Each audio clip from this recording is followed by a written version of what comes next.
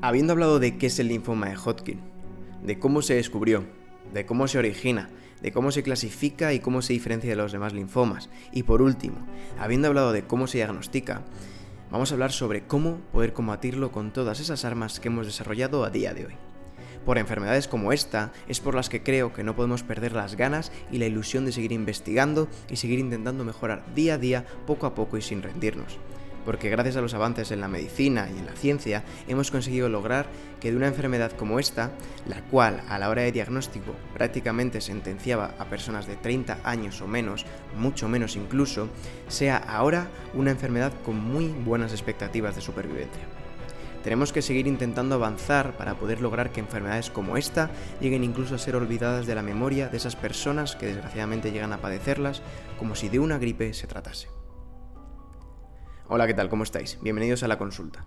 Esto es el linfoma de Hodgkin.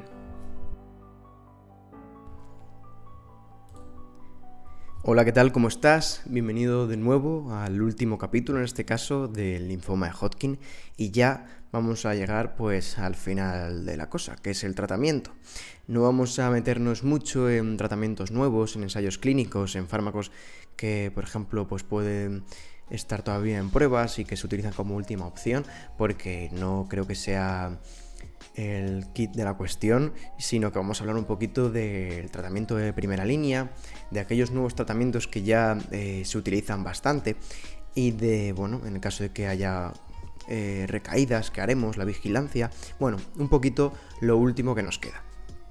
Algo que con lo que quiero que os quedéis es que ya hemos estado hablando en los anteriores capítulos del marcador CD30, que es muy importante. ¿Por qué? Porque se ha desarrollado un fármaco que se llama brentuximab, también llamado brentuximab vedotin, brentuximab vedotina, que ataca directamente a las células del linfoma de Hodgkin, entrando por ese marcador, por así decirlo.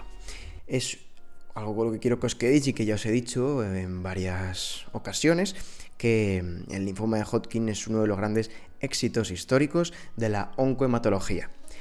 Ya sabéis por qué, no me voy a repetir, pero bueno, básicamente que la mayoría de los pacientes se curan con quimioterapia combinada y a veces con terapias sistémicas, radioterapia adicionales.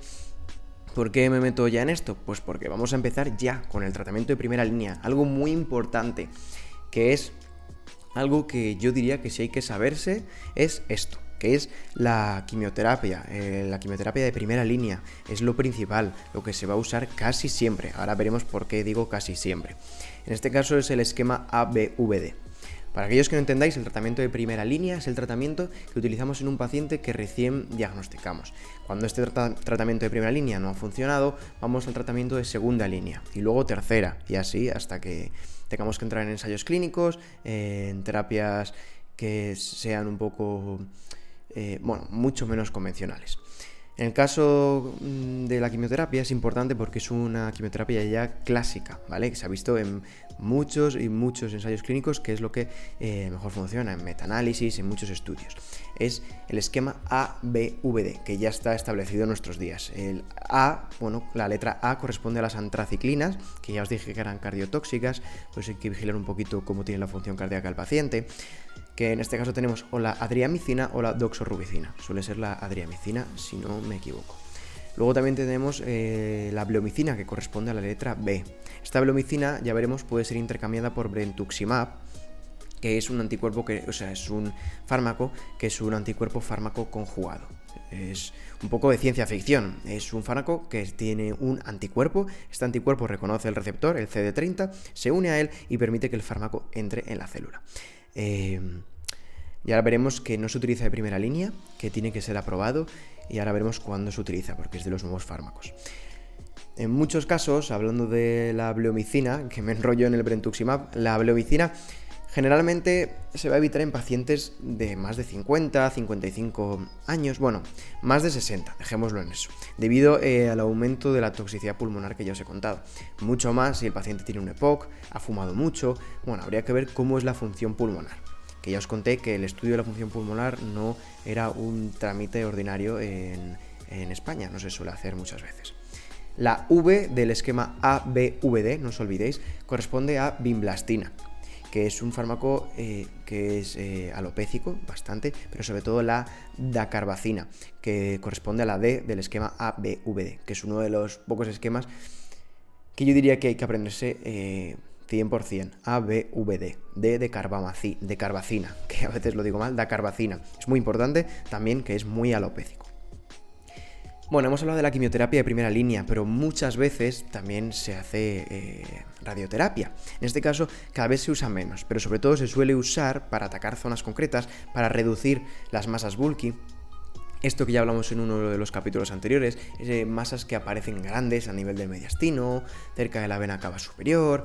Bueno, sirven para atacar, porque la radioterapia ataca también a las células que se multiplican mucho, entonces ataca esas grandes masas, muy enfocado para reducirlas de tamaño.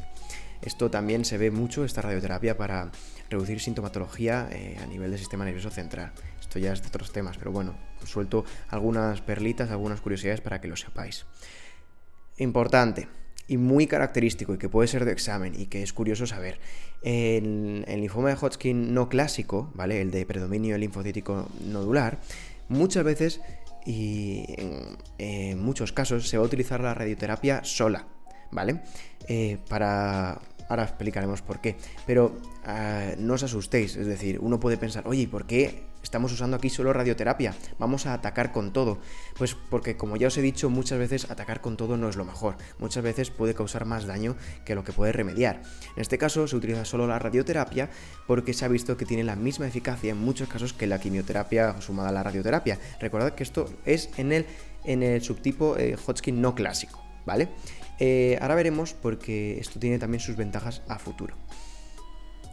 Algo que es muy importante en la medicina y más a día de hoy es que siempre hay que tener en cuenta al paciente, no solo a los esquemas en los que nos tenemos que apoyar, pero hay que tener en cuenta siempre la edad, las comorbilidades, la elevación del VSG que os conté en el anterior capítulo, el estatus de la persona, que en este caso se mide con una serie de escalas, la escala PS, que es el Personal Status, la escala, bueno, que es lo mismo que el ECOG, que se dice por si en algún momento os habla algún médico, el ECOG del paciente.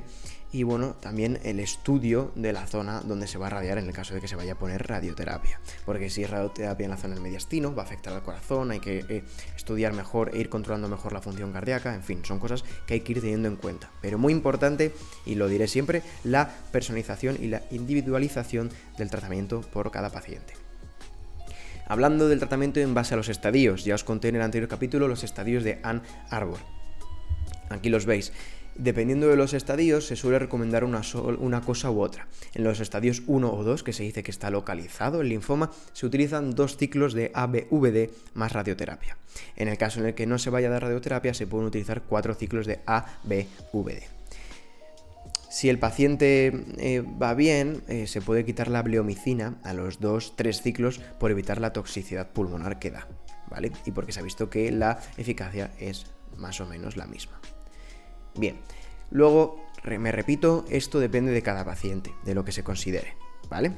Ahora veremos que hay una serie de pautas, como por ejemplo quitar la bleomicina y añadir brentuximab, o bueno, en el caso por ejemplo de que se diagnostique la enfermedad en estadio avanzado, en estadios 3 y 4, hay otros regímenes. En este caso tenemos el régimen AVD, donde se quita la bleomicina porque se ha visto que añadirla puede causar incluso más daño, o que no suele ser muy diferencial el usarla o no.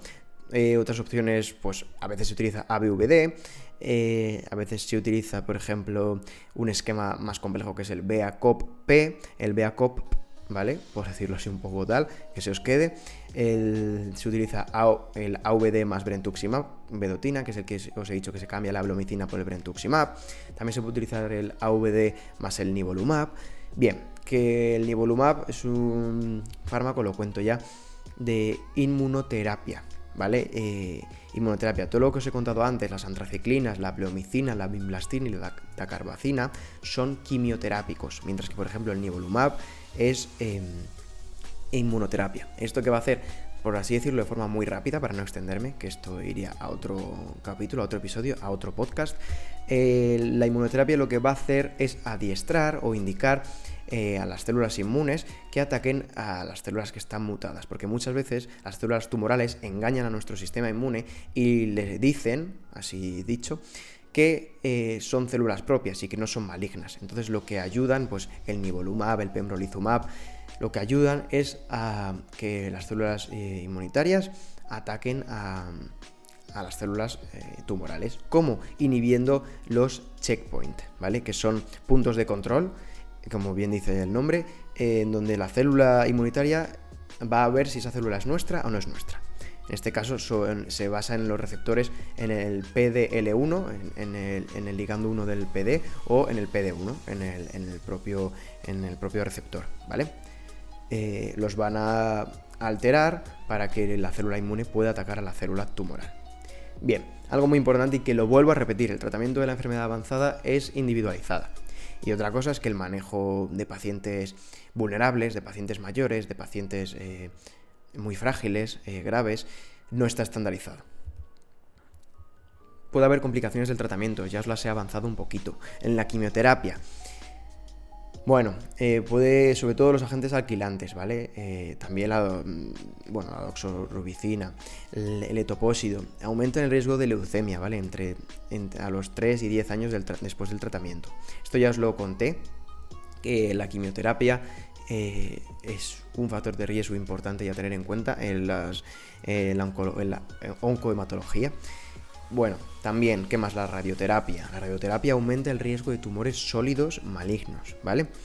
Y luego, también la radiación mediastínica. Aparte de que las antraciclinas, como la doxorubicina, son dañinas para el corazón, si el paciente recibe radiación mediastínica, es decir, mediastino, en la zona entre ambos pulmones, que es donde también se encuentra el corazón, aumenta el riesgo de ¿qué? De problemas cardíacos, miocardiopatía, aterosclerosis coronaria, valvulopatía. Aterosclerosis coronaria es básicamente la acumulación de colesterol, de placas de colesterol a nivel de los vasos, las arterias del corazón, que es como se llama, que llamamos coronarias, ¿vale? Arterias del corazón. La bleomicina, ya os he contado, importante, la fibrosis pulmonar. Luego, el brentuximab vedotin, es mielosupresor, ¿vale? Por otro lado, las toxicidades inmunitarias de los fármacos de la inmunoterapia es muy importante, puede generar grandes efectos inmunitarios, pues eso, ras cutáneo, inflamaciones muy graves a nivel del sistema del aparato digestivo, a nivel pulmonar, en fin. Una cosa importante y con la que quiero que os quedéis es que no porque sean fármacos más nuevos son mejores o son más eficaces, tienden a ser más específicos, pero también al ser más nuevos, sus efectos secundarios, el manejo de ellos, la duración de los efectos secundarios se desconoce.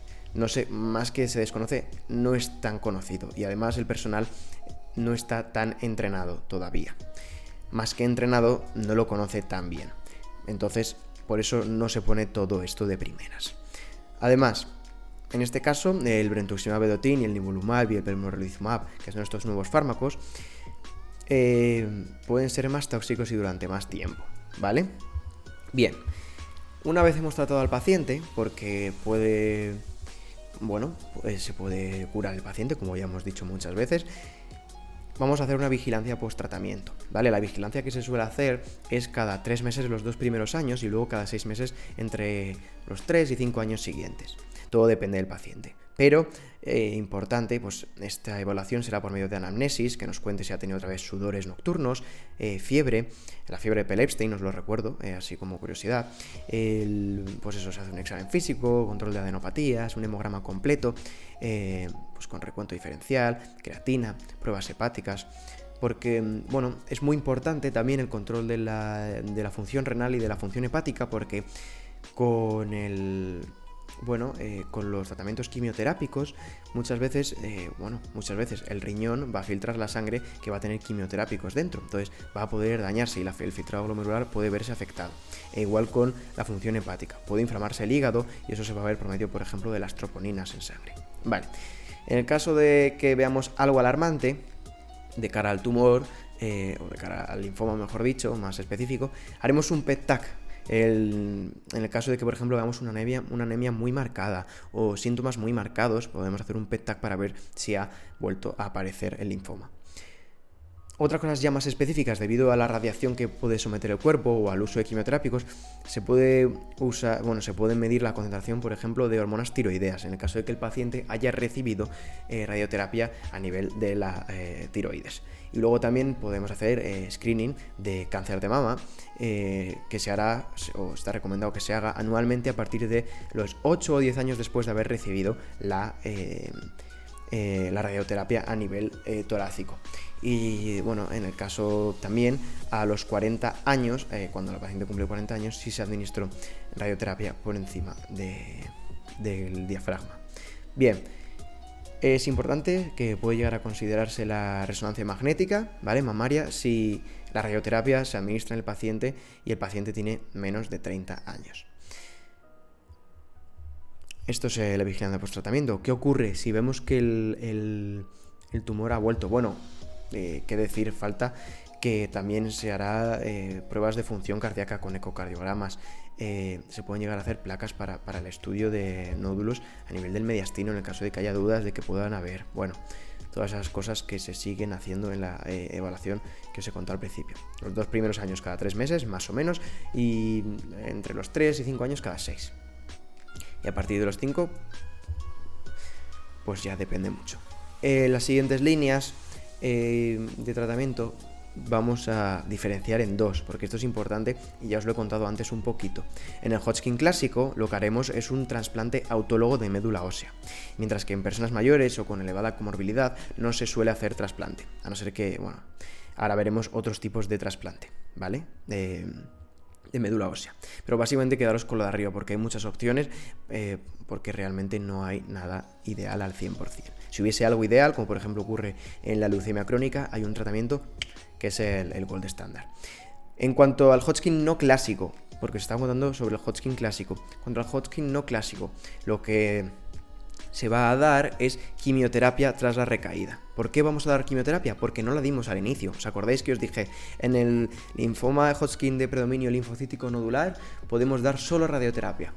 Pues esto tiene sus ventajas y en el caso de que recaiga se va a dar la quimioterapia tras recaída. En este caso, ¿cuál era el esquema? Eso es el esquema ABVD o AVBD, depende de dónde lo leáis.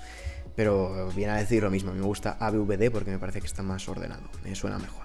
Bueno, como os he dicho, el trasplante autólogo es el de elección en recaída o en linfomas refractarios en pacientes jóvenes, ¿vale? Y algo que decir es que al trasplante hay que ir con la menor enfermedad posible porque es una cosa muy agresiva para el cuerpo. Es uno de los tratamientos más agresivos que, bueno, se utiliza en el caso de que no nos quede otra opción y no se puede haber curado antes, en este caso las recaídas. ¿Por qué? ¿Qué es el trasplante autólogo?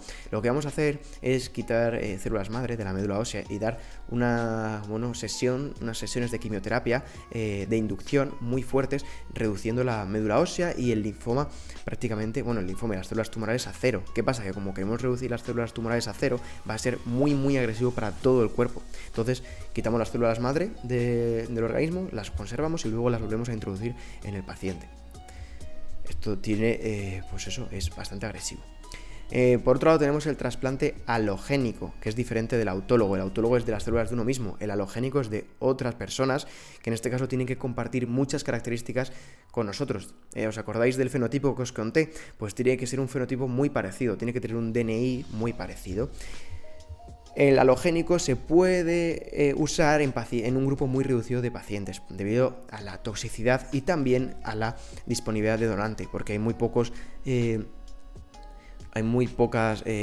candidatos a donante y sobre todo donante de este tipo de trasplantes, porque tiene que ser muy parecido y no está tan estandarizado o no necesita tanta concordancia, compatibilidad como es el caso de por ejemplo, el trasplante renal o, también podemos considerar como trasplante las donaciones de sangre. En este caso, la compatibilidad necesaria es mucho menor, pero en cosas hematológicas es mucho mayor. Estamos hablando del sistema inmune. Si es muy diferente al nuestro, el propio, en el caso del halogénico, lo que trasplantemos puede atacar a nuestro propio organismo. Es lo que se conoce como enfermedad de trasplante contra huésped, ¿vale? Bueno, me estoy enrollando en otra cosa, eso da para otro episodio completo, los trasplantes, es bastante curioso. Y bueno, que sepáis, también hay otros tipos de trasplantes halogénicos, que son los haploidénticos, en donde se comparte el 50% del haplotipo. Dicho muy rápido y mal, 50% del DNI, que son, en este caso, el 50% de los HLAs, de lo que nos identifica, ¿vale? Hay otros trasplantes que también se han estado estudiando, que son, por ejemplo, los de cordón umbilical y aquellos trasplantes de intensidad reducida, donde la quimioterapia es menos fuerte y menos agresiva. En este caso, el cordón umbilical ha permitido y ha ampliado la posibilidad de estos tratamientos. Y bueno, en el caso del trasplante autólogo. Y el de intensidad reducida permite hacer trasplantes autólogos en pacientes también que con unas comorbilidades mayores o no perfectos, hablando de esa forma rápido y dicho así. Bien, los nuevos fármacos que prometen mucho son el brentuximab vedotin. Algo característico, bueno, es que hay que pedir confirmación para poder usarlo, porque tiene una serie de requisitos. Se va a poder usar en recaída tras haber hecho un trasplante autólogo, es decir, sería como una tercera línea, ¿vale? También se puede utilizar junto al trasplante autólogo si se prevé que el paciente tiene mucho riesgo de recaída y también, bueno, si el paciente no es candidato a trasplante porque tiene mucha comorbilidad, pues se utiliza después de 2 líneas de tratamiento de quimioterápicos. Es decir, quedaos con que en tercera línea de tratamiento está confirmado para utilizarse el brentuximab, o en el caso de que se vea que el paciente pueda recaer. Bien, otros usos del brentuximab en combinación con el AVD, ¿vale? En estadios avanzados al diagnóstico, estadios 3, estadios 4, como ya os he contado un poquito antes. Y luego se puede utilizar tanto brentuximab como nivolumab, pembrolizumab en esquemas clásicos de rescate. Un truco, y con el que quiero que os quedéis y que os regalo por haberos quedado hasta el final, es que brentuximab suena como 30, ¿vale? Entonces, acordaos con que Brent se utiliza para el CD30, ¿vale? Y nada, bueno, que sepáis, el nivolumab es un inhibidor checkpoint, un inhibidor PD1, como dato curioso, o para examen más bien, y pembrolizumab es un inhibidor PDL1, mientras que uno es PD1, el otro es PDL1, ¿vale? Bien, así que ya para acabar y para irnos y para dejaros tranquilos, que puede haber sido mucha información, a modo de resumen del anterior episodio y de este. Los síntomas. Quedaros con que la mayoría de los pacientes están inicialmente asintomáticos y la presentación más típica es una adenopatía indolora, como ya os he contado, sobre todo, eso es, supraclavicular y cervical. Vale. Los síntomas B son fundamentales porque van a tener valor clínico y pronóstico, al igual que la velocidad de segmentación globular tiene valor pronóstico muy importante. Importante, el prurito generalizado intenso, que puede ser también pronóstico y una señal de la alarma. El cansancio, la esplenomegalia posible, aunque bueno, de forma clásica es poco frecuente, pero es muy identificativo. El dolor ganglionar tras beber alcohol, el signo de Hoster, es algo muy raro, pero que también podemos ver. Se puede ver, eso dicen los libros. Importante, el diagnóstico definitivo se hace por medio de biopsia ganglionar, ¿vale? Biopsia ganglionar tiene que ser idealmente excisional, completa, ¿vale? Y si hay recaída, hay que volver a biopsiar, como ya os conté. El estudio de la médula ósea no suele ser rutina. Y acordaos también del estadiaje de Ann Arbor, que lo hemos hablado un poquito en este último capítulo también. Y quedaros con el esquema clásico, muy importante, ABVD. Y luego nada, quedaros con los nuevos fármacos. Brentuximab vedotina, CD30. Brentuximab 30, CD30, ¿vale? Así que nada, muchas gracias, espero que os haya gustado y hasta el próximo podcast. Adiós.